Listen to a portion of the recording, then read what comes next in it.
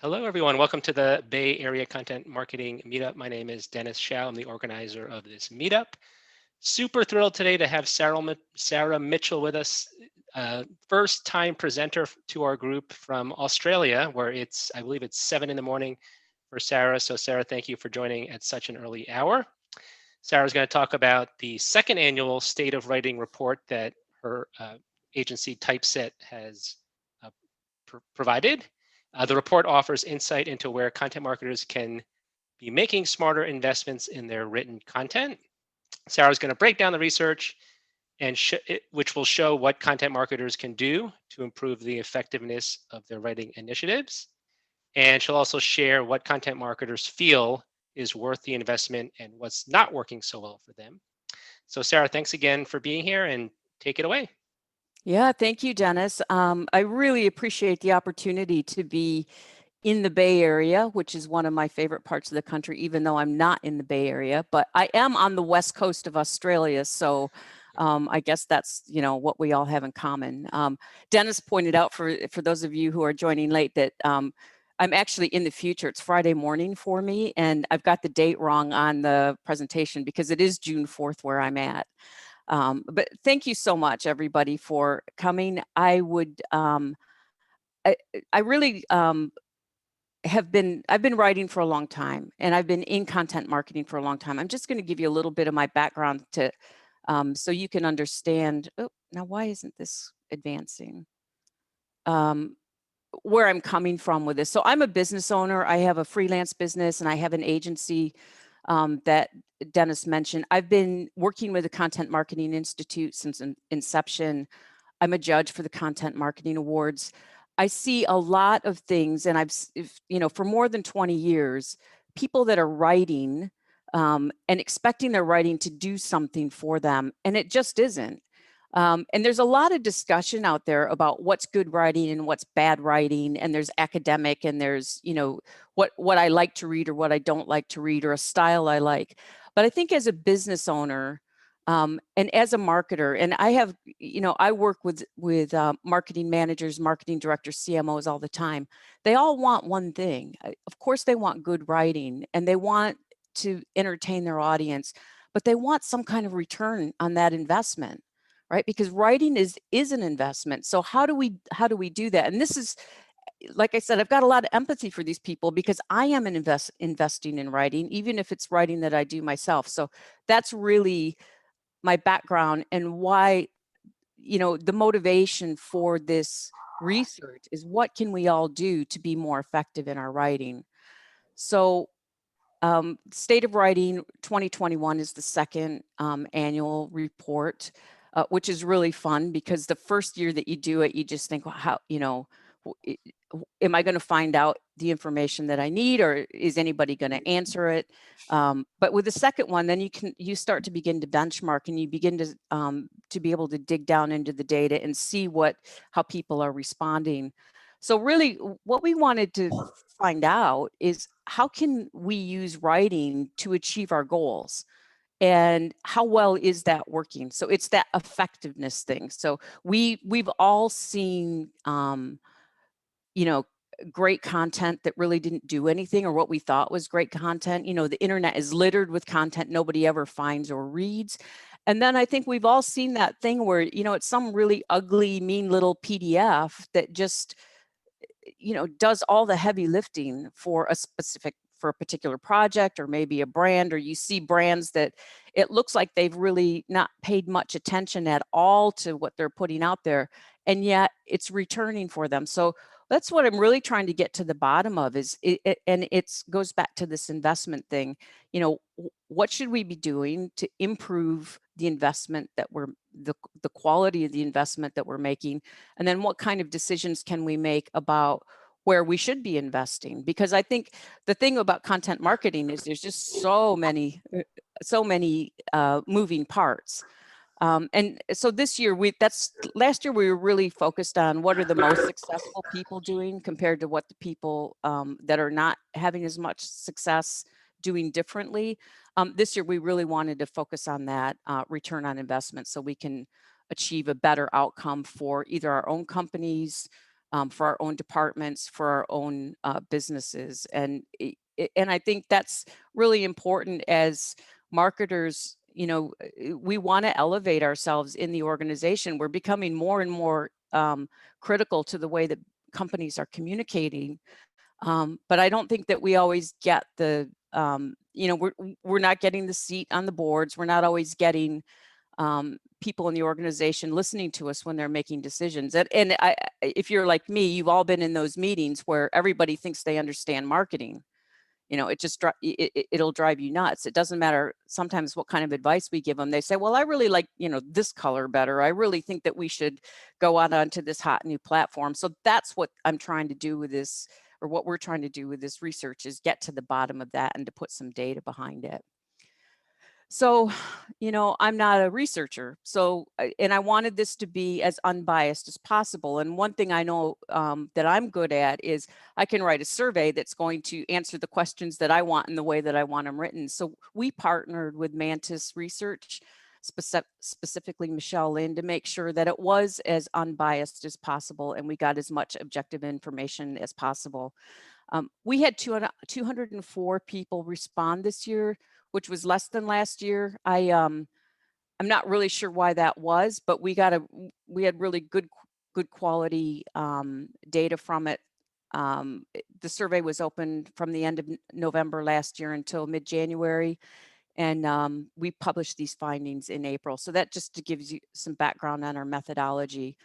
One thing I was really delighted about is the answers came from across the board. The respondents did, and B2B and B2C, we had good coverage between marketing and comms and people. We always ask small business owners, because a lot of time, like people like me, business owners, small business owners do their own marketing. And good coverage across all different sizes of companies. About half of the respondents came from the US. We had about a third from Australia, and the rest were from other English-speaking countries. We haven't translated this, and that that really seems like a challenge that may come out in the future, but who knows? So this is an English-speaking survey. So one of the things I was really delighted to find out, the people that answered the survey this year had a lot of experience in writing. And how often do you get that mature group of people to give you insight into what works for them and what doesn't? So 8 and 10 had more than 6 years personally of experience writing and writing for business. And this is business writing. We were interested in creative writing. More than 6 and 10 had more than 11 years. So that was really great. And then the companies that they were working for too were also had a lot of experience in publishing. So these were experienced people working for companies that had a history of publishing content and in content marketing. So I felt like, we had an opportunity here to learn from this group. And if anybody has questions as I go through, feel free to butt in. I will also take questions at the end. I won't be, it doesn't bother me if you ask a question.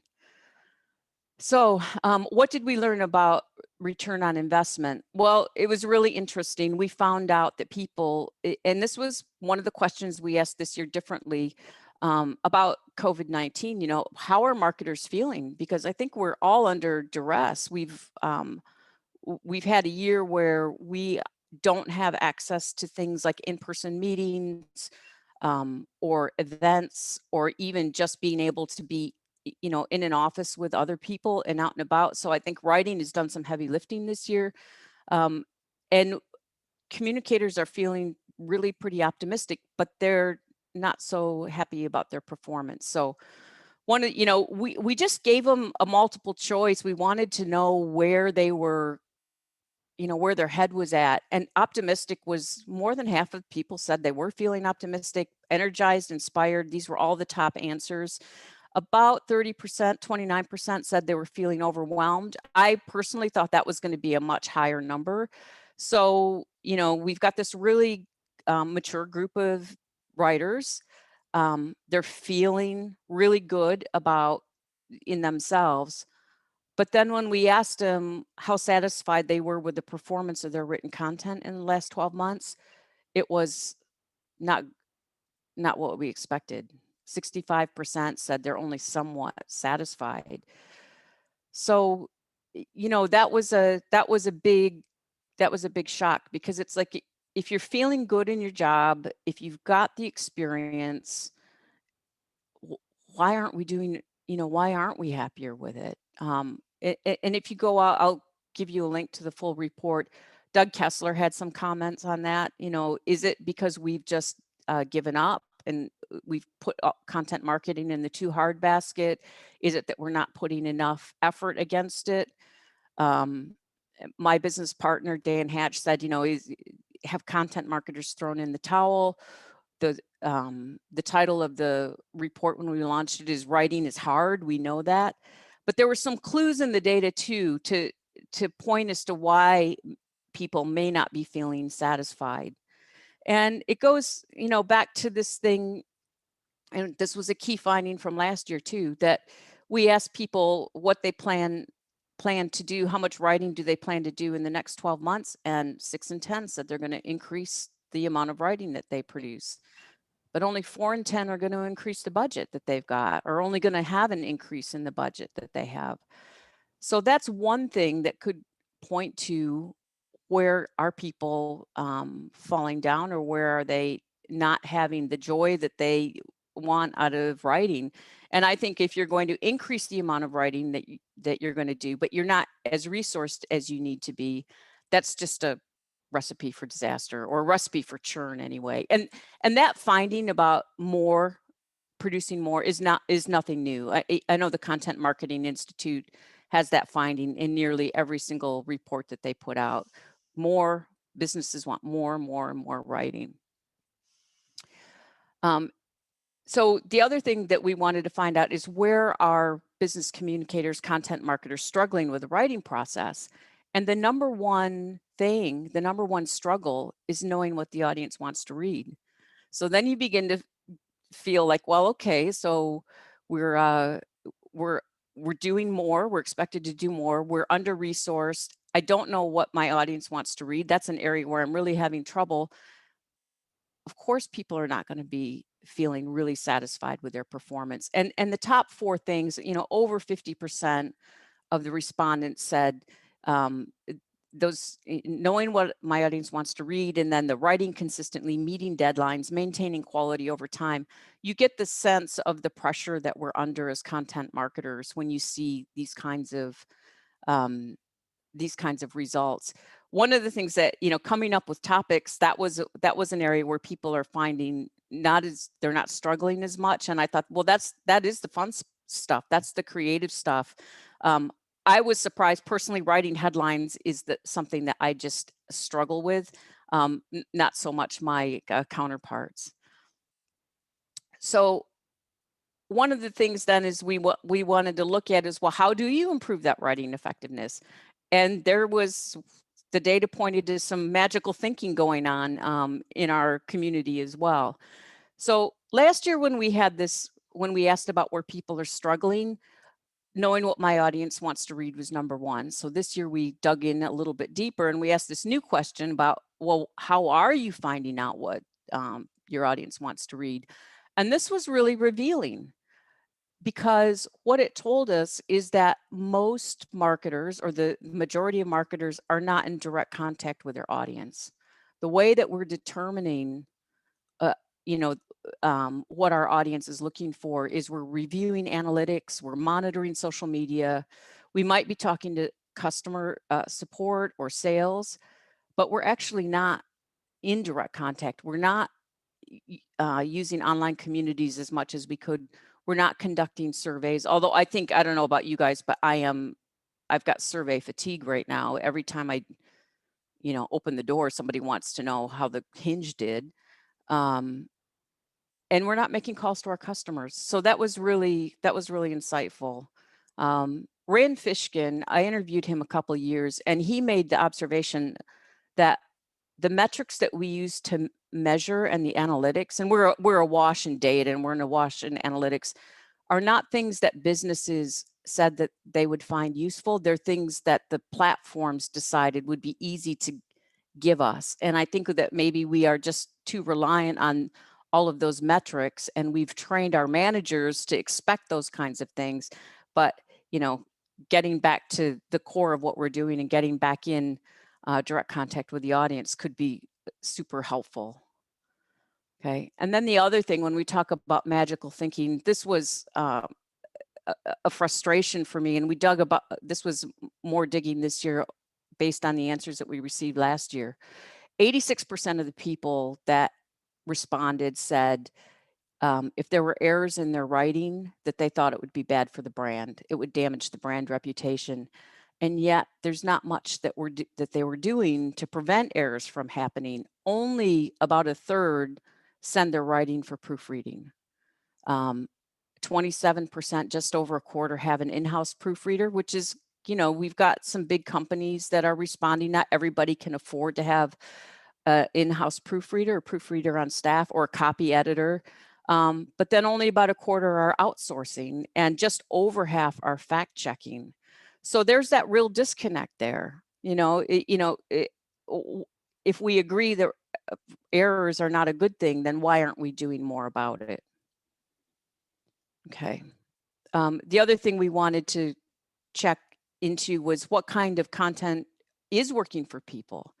And, one thing we found out, and this was not a surprise, is that in 2021, people are relying on written content more than they did in 2020. So the white bars are the 2020 results and the green bars are the 2021 results. So, we went straight to social media, which makes sense because if we can't meet in person, we got our blog on website copy. Obviously, people are refreshing a lot of that, and we went out to newsletters. Those were the top 4 ways that people were using written content.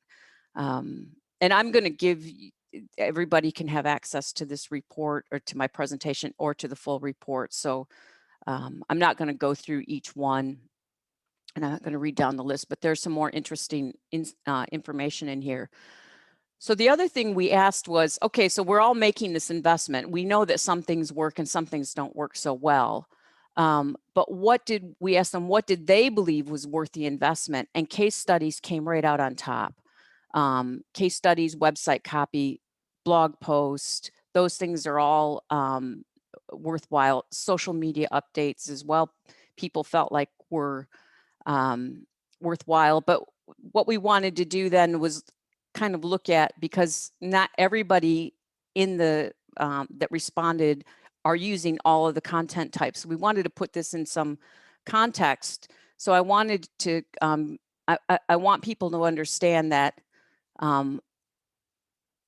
how effective this stuff is compared to how many people are using it. So the most of the respondents are using social media updates. And again, 68% of those, for example, so you've got the whole number of respondents, 68% of everybody that responded said they're using social media and it's worth it, compared to 20% that are using it but not worth it. Okay, so that just gives you it compared to the 12% that aren't using it at all. So this gives us insight into where maybe we could be spending, focusing our budget and our investment on content types. And if you break that down, what isn't working so well? Interesting press releases and award submissions. So we look at only about half the people that use press releases said that it was worth it. And that's a pretty high percentage. 50% are investing in it and not using it. And then you look at award submissions, more than half of the people that are using award submissions don't say it's not worth it. So, if you're feeling like those areas are not working for you, then maybe that's something that you can pull back from. But what is working, and some standouts in that, case studies that we talked about before is the gold standard. 81% of people that are using case studies say it's worth it, and very few, only 9% of all of them say that it's not. And then I think maybe this hidden gem down here is original research. Almost all the people that use original research find that it's worth it. And interesting, Dennis, you'll remember a tweet last week from Joe Polizzi. He said that's his number one advice to to companies that want to get that want to make some headway with content marketing. He said original research is the thing we're leaving on the table, and our data supported that. So those are areas that that were really interesting, the insight that came out of that.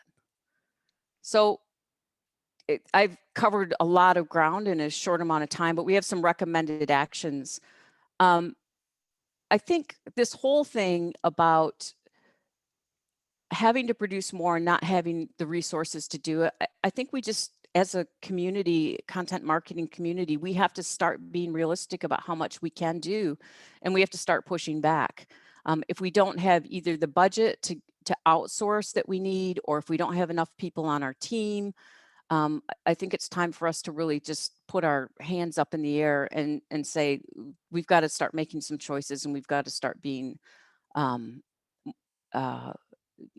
more realistic about this, because I know so many content marketers that are just burned out, and I'm one of them. I've been in that CMO position where I just think this is untenable, and it's unsustainable, and it's not working very well, and you had to burn out and you leave the job, and that's just not good for anybody.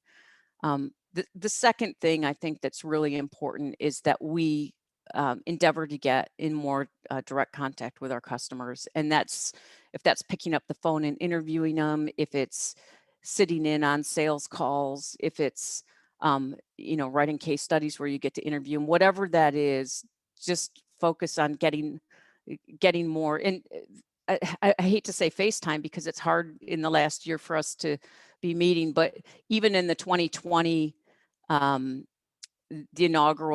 2020 report, knowing what my audience wants to read was a top struggle, and we didn't have the problem with COVID. So I don't think it's a COVID thing. And the other thing is I think we've got to really start paying attention to the quality more of our writing than we've done in the past. Content marketing has got people coming in from all different areas. It's a melting pot of skills. So, you've got people coming in from marketing, you've got people coming in from technology, you've got people coming in from journalism.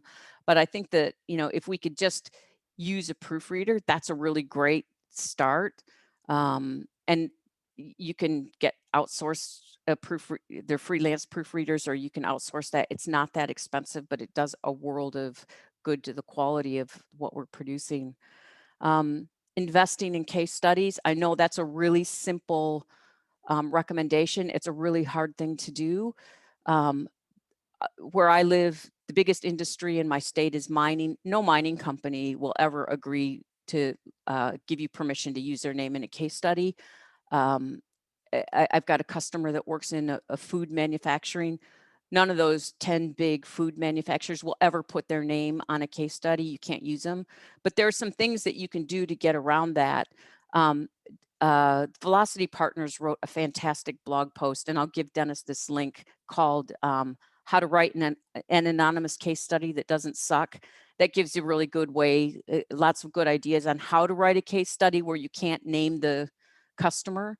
And then I find I've got this book that I've used. I don't know if you guys have seen this, Stories That Sell by Casey Hibbard. She's got so many great ideas in there about interviewing customers, about getting permission, and about writing anonymous case studies. So that's another thing that I would recommend if you're struggling with, being able to get over that hurdle of getting permission. And then explore how you can use original research. And I would highly recommend starting with a research partner. I love working with Mantis Research. It doesn't have to be a big, ugly, long project. You can start with something really small and simple. But I found that when I was working with Michelle, she really helped me get the context around what I was trying to do, and help me find the story on that. So that's another thing. And I was, like I said to Dennis, I was delighted we had the data to support what Joe Polizzi was saying. So it's really helped a lot with our business and helped us meet our goals. So I'm a big fan of research. And then I guess the other thing is, it's just ask yourself that hard question is, is what I'm producing something my audience wants to read? And if it's not, then I think we need to really take a step back and think about why is it that we're producing it? And that does go back to strategy. And I know it also goes back in some respects to corporate politics, but that's the hard question, that everything that we do is, sometimes it's something that I want to do, but it doesn't really matter if I want to do it or not. It's what my audience wants. Okay, so that's my quick half-hour presentation on the research. You can read the whole report out on our website, and it's just State of Writing Research. If anybody has any questions, I'm happy to answer them, and I'm also happy for anybody to get in touch with me. Thanks so much, Sarah. I think Patrick has got a question. Yes. Okay. I found the how to write a case study. It doesn't suck. What was the second one that the second URL? I mean, this book, Stories That Sell by Casey Hibbard. Okay, thank you. And I will tell you, if you go, it's the complete guide to success story marketing. Her newsletter is really good. She puts out tips every week. Now I've had I've got so many different tabs in it. I think this might be my 10th copy of this book because I give them away all the time. And I don't know, this was probably written in 2008, but the chapter on interview questions and interview techniques is gorgeous because she's just asked every kind of question you could possibly think and done it in a way that helps you guide the conversation. And she's really focused on getting the data to quantify the story. So it's just a nice little book. It's well written. There's lots of templates and examples. I highly recommend it. I don't know Casey either. I've never met her. This is just me being a big fan. The other book that is really good is Adele Ravella's Buyer Persona. She's got phone scripts in there on how to interview people that I found really helpful, especially if people don't know you or aren't particularly interested in being interviewed. That book has been really great for case studies for me. And that's another one I use all the time. And I probably, I've got on my bookcase here. That's this one. Buyer Personas. And I have met Adele, but I've got no skin in the game for her book. It's just really good content. Thank you. If I recall correctly on Adele, she has a website. It might be even something as simple as like buyerpersona.com. And I think she gives away a lot of the templates on her website. So she does. Search her name. Yeah. So Sarah, I had a question. I'm predicting that some in the audience might have this question. So on your your closing call to action was original research and answer something your audience wants to know. So a lot of our members are in different industries, so they might be wondering like, I'm on board, but what am I going to do my research on? So any guidance on how they establish the angle of the research? Yeah, and this is where Michelle Lynn really helped me a lot. So I just wanted to know everything about how people can become a better writer, and she's like, it's too much. She said you have to find the one thing that you're most focused on. And then I think the original survey that I wrote had about 100 questions. We got it down to about 20. Because if it wasn't, at the heart of it is I was really interested in what makes some writing work and what makes other writing not work. So that was the thing. So it's just finding that one nut, and then how do you tell the story afterward? The other thing is, if there's other research in your industry, there's no point in doing more research. It was really easy with this one to get into the same kind of questions that Andy Crestodina has on his blogging research. So we don't go into any kind of specific detail. So it's really even just brainstorming it with somebody like Michelle or a research partner.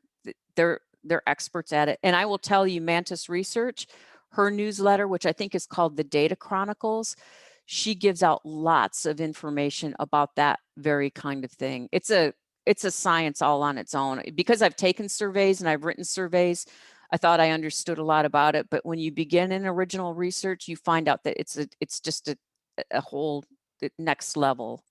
So Data Chronicles is a great newsletter.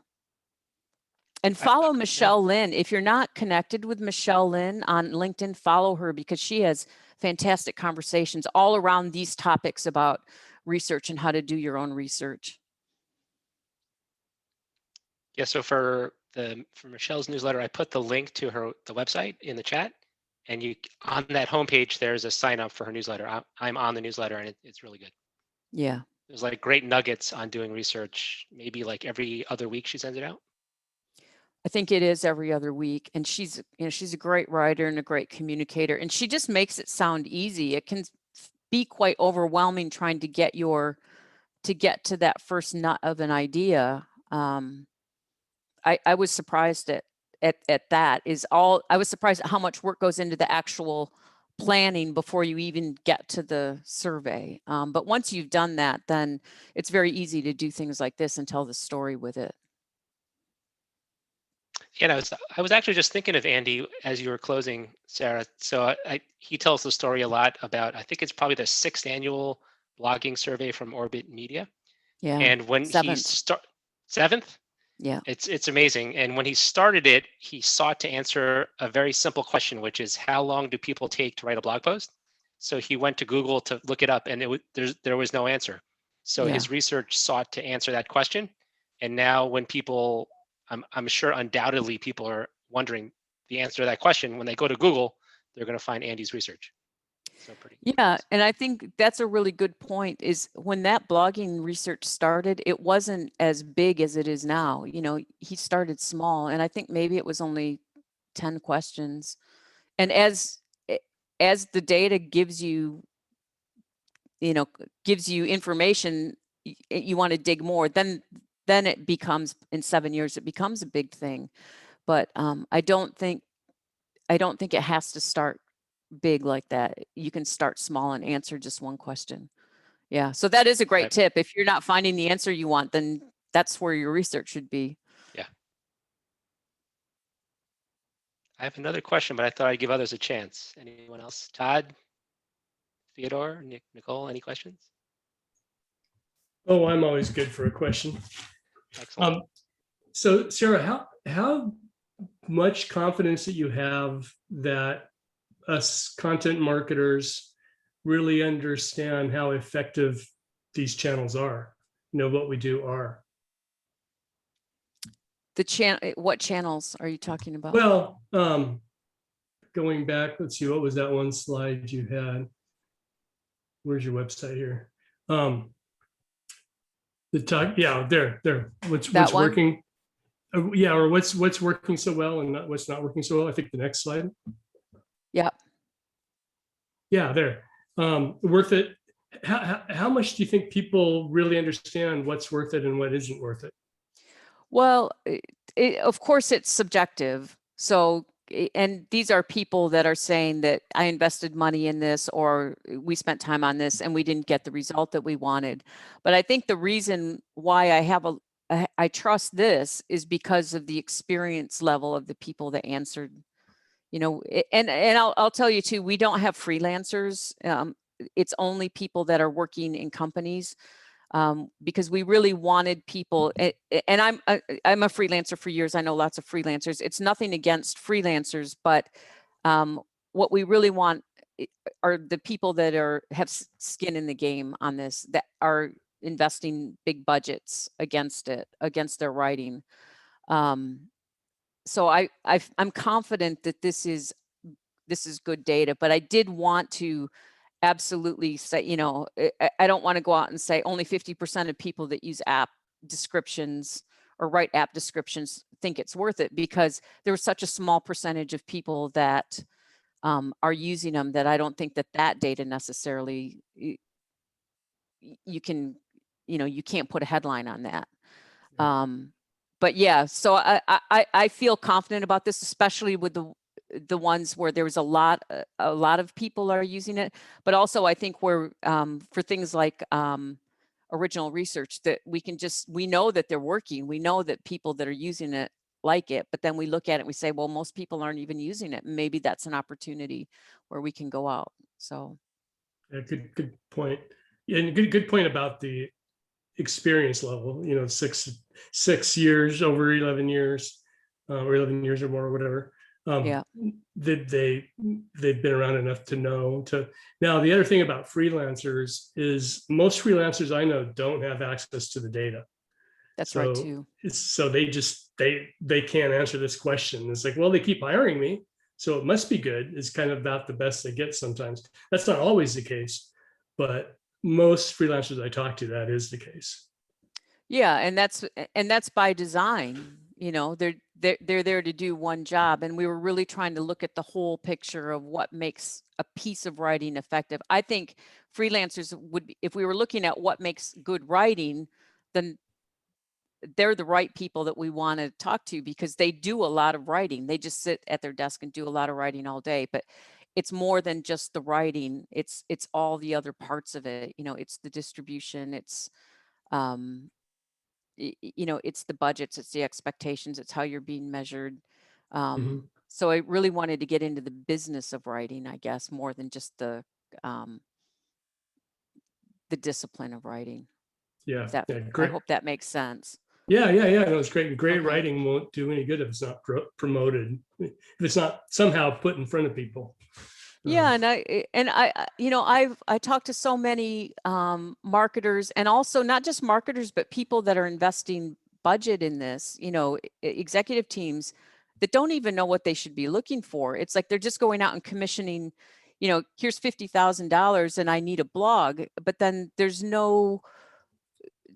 not coming back and measuring that in any way. And what eventually happens is somebody will say, well, I spent $50,000 on a blog and nothing happened. Well, it didn't happen because nobody had a strategy, and there's a lot of data in that report about those kinds of things, those kinds of governance things. But to me, it's all part of being an effective content marketer and being an effective writer, as opposed to a good or a bad writer. Makes sense. So Sarah, while you're on this slide, I noticed this on a number of your slides, and this might be just a standard thing with presenting data, but it really struck me for your research on the shading of the two greens and the white, and the way you line it up so that I can see what is like the dark green and like scan to see what's working well. So it's really very useful how it's presented. Was that intentional? Like, did you collaborate on that with Mantis, or was that just a standard way that most research is done? So Mantis Mantis conducts the survey, and they scrub the data, and then they give us the data, and the data comes in pretty standard graphs. That's not very interesting for people to look at. So I have a designer that I work with, and I tell you what, at about April 14th, it was a slugfest, because he was saying, I think this looks great. And I'm like, I don't care. It has to be more than just looking great. I need more. Now, I'm not a designer. That's not something I'm good at, but I would be trying to explain to him, I need to show, the contrast. So Right. we got there in the end, and my designer worked with me last year. I think this report is better, the visuals on it, because we did do more of that kind of shading, but it's a process. It is a process. And also we have lots of people that go through it. I have a team. I have my business partner is an editor. I have a copy editor and proofreader. It goes through many review processes, and God forbid that there's a mistake in this, because here I am bleeding on about proofreading and editing. But thank you, Dennis. That I'm so glad you said that, because this slide in particular was the biggest fight this year. I bet we can only imagine how much time was spent on this one slide. Well, I think this was about the 10th version of it. Got it. Yeah, and it's not my designer's fantastic, but I'm not a visual person. I'm a writing person. I understand things in text, but you can't put everything in text. I can't tell this story quite so well in writing. I can't, it'd take me 10 pages. So, Right. Yeah. I see Theodore on video. Hi, Theodore. You have a question? Yeah, hi Dennis, how you doing? So Good. How are you? you have a question? That's okay. Yes. So I was wondering, Sarah, when I've worked in SMEs, like small medium businesses before, one of the biggest challenges is getting people to respond to any questionnaire that you put out. So I have found that working with the sales team, in my opinion, was almost as good as speaking to the customers themselves at that point in the sales funnel. Do you have any tips for getting current customers to respond? Because usually you only get a few people who are always going to respond to you. Yeah, Theodore, that is such a good question. And I think part of it does go down to right now to survey fatigue. I don't know what your email, your inbox looks like, but I'm not kidding you. I must have 10 surveys a day that people ask me to fill out. And it becomes, it's hard to know then, you know, what is something that's useful for me and what is just another, you know, somebody looking to up their net promoter score or, you know, their customer satisfaction. I, getting people to answer the survey is the hardest part of doing research as well. So I feel your pain. I really think if you can follow things up with a personal email or follow things up with even a phone call, that's going to be the best thing that you can do. And honestly, I don't know why, but we seem to have become less in touch with our customers. I think we're reticent to pick up the phone. We obviously can't have meetings. We can't walk over to desks anymore. Or that's been hard in the last year, but I think the more personal touches that you can put in there, the better. And what I find with the survey, I can put it out. I can run this survey all over the place. I can put money behind it. What is the most effective way for me is to go out to my LinkedIn network and just send a direct message and say, hey, I don't know if you saw, but we've got this open and would you mind filling it out? And that's a direct communication. You know, that is the way that works the best. And that tip is not unfortunately, but I can't take credit for it. That was Michelle Lynn again. She said, just go out and send people direct messages on LinkedIn that are in your network. So, and I think if they know you and you've asked them nicely, it's hard for them to say no. Right. Thank you. If they send you an email, then they can just ignore that email and they don't have to. But if you've got a direct connection with them, just ask them. Thank you very much. Also, I just want to clarify, Theodore, were you also asking about getting access for marketing to get access to customers just to get their input overall? I wasn't. About service? I was fortunate at that time that it was easy just to speak to the sales, but I understand some companies it's very more siloed, and yeah, it can be difficult. But I don't have experience of that difficulty. But if Sarah, you know about conquering that, then that will be useful too. Yeah, one of the things that I found, if you can sometimes just feed the salespeople the question that you want them to ask. And I learned that trick. I worked for a video production agency, and they would, they're very, very siloed between marketing and also by production. But if a customer was coming in for a video or for media training, I would just say, could you please ask them this question? And script it out. And the easier that you can make it for them, the better. So I would just write it out. Or I would say, if you've got the relationship, could you ask them this question in an email or on your next phone call? If they're really, salespeople can be very, very protective of their audience. They don't want marketing to get in there because I don't know what they're afraid of. I mean, what are we going to do? But yeah, that's one way to get around it, is to ask them to ask a question on your behalf. Thank you. Yeah. Thank you. What I would say is, I totally agree, Sarah. The salesperson is often the gatekeeper, and they own the relationship, and they feel that any other group in the company has the potential to send the account relationship spiraling. But so I think marketing has to garner the respect, meaning you get one salesperson to agree, and you can say you can join the call too. And if the client or the customer especially sees value, like maybe you got them quoted in an article, which gives them some visibility, and then they thank the salesperson, then like the more marketing can win the respect, the more it'll open up channels internally, because then they'll tell their colleague like, yeah, marketing knows what they're doing, and then magically you'll get access to more customers. So you got to demonstrate the value of interacting with customers.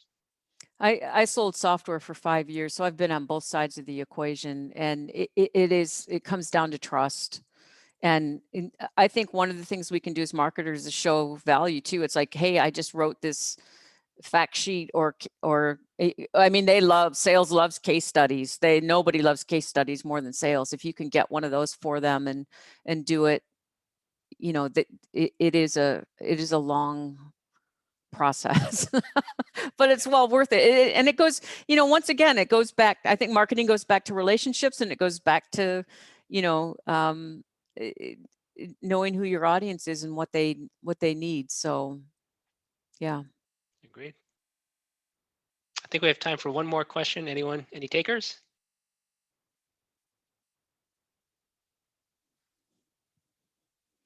All right, going once.